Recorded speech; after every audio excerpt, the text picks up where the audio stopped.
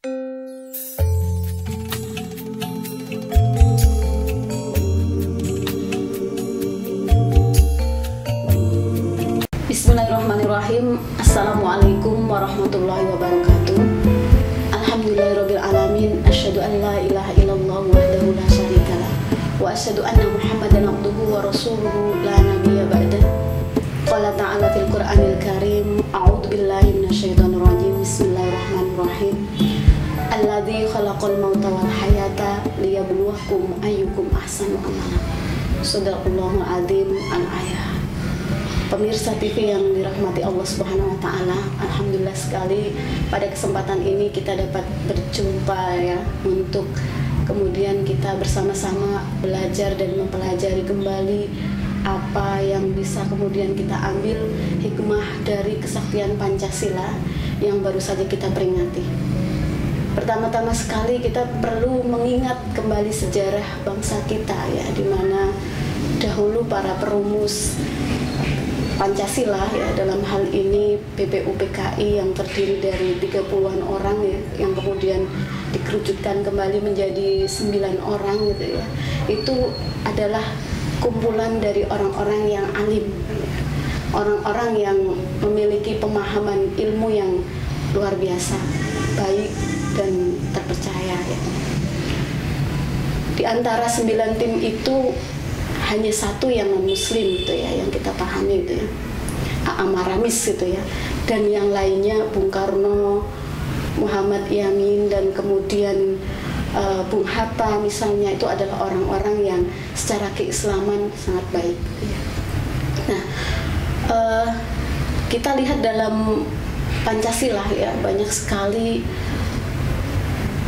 hal-hal yang memang sebelumnya itu ada dalam Al-Quran. Jadi memang bisa dikatakan Pancasila itu bersumber dari Al-Quran. Yang pertama, ketuhanan yang Maha Esa. Kita lihat ada dalam Al-Quran surat Al-Ikhlas. Yang pertama, a'udzubillahi minasyaitonirrajim. Bismillahirrahmanirrahim. Qul huwallahu ahad. Katakanlah, dialah Allah, Tuhan yang satu gitu ya, yang Esa gitu. Dan itulah yang menjadi sumber pertama ya dalam Al-Quran pada sila yang pertama, ketuhanan yang Maha Esa.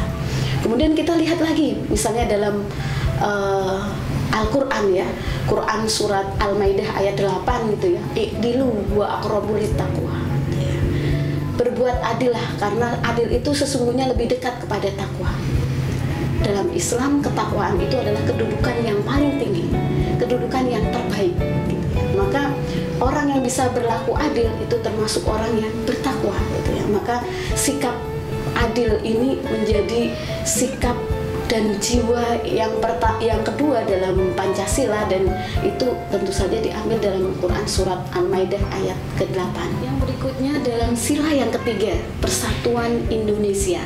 Kita lihat itu ada dalam Quran surat Al-Imran ya, yang ada dalam Quran surat Al-Imran ayat 103, wa'tasimu bihablillahi jami'an wa la tafarraqu. Dan berpegang teguhlah kalian gitu ya, semuanya kepada agama Allah, dan janganlah bercerai-berai. Ini satu pesan yang luar biasa dalam Al-Quran, dan kemudian diambil ke dalam sila ketiga dalam Pancasila.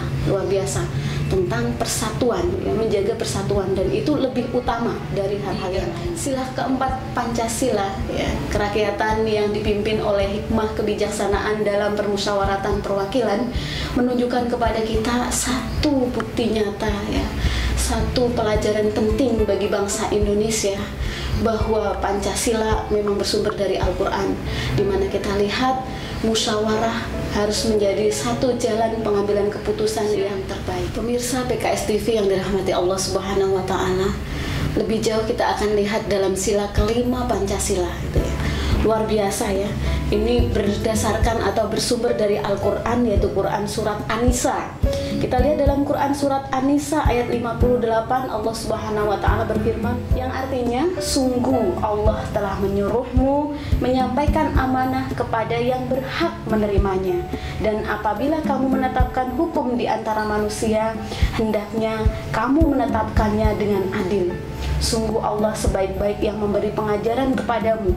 Sungguh Allah Maha mendengar, Maha melihat. Luar biasa, luar biasa. dari sila kelima Pancasila, keadilan sosial bagi seluruh rakyat Indonesia, kita lihat ini diambil dari Quran surat An-Nisa ayat 58 ya, di mana Allah memberikan satu wasiat kepada kita untuk menyampaikan amanah kepada yang berhak. Dan ketika kita menetapkan suatu hukum, maka kita harus menetapkan hukum itu dengan adil sesuai dengan porsinya. Pemirsa PKS TV yang dirahmati Allah, alhamdulillah, syukur kepada Allah Subhanahu wa taala, kita lahir, tumbuh dan berkembang di sebuah negara yang kaya nilai, yang nilai-nilai dasar dalam kehidupan bernegaranya diambil dari Al-Quran ya.